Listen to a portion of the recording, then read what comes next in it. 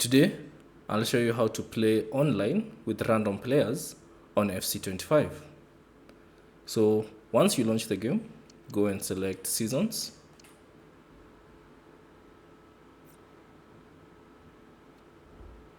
Then select Play Match. So from here, you can select Search and it will begin searching for an opponent, or you can scroll down and select Change Team and Kit to choose your favorite team. So let's say, for instance, I choose Bayern.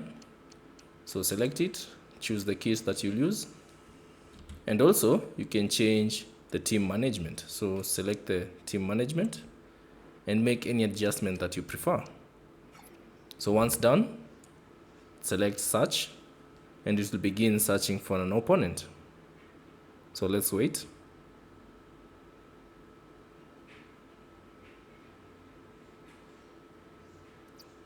And now, as you can see, an opponent has been found.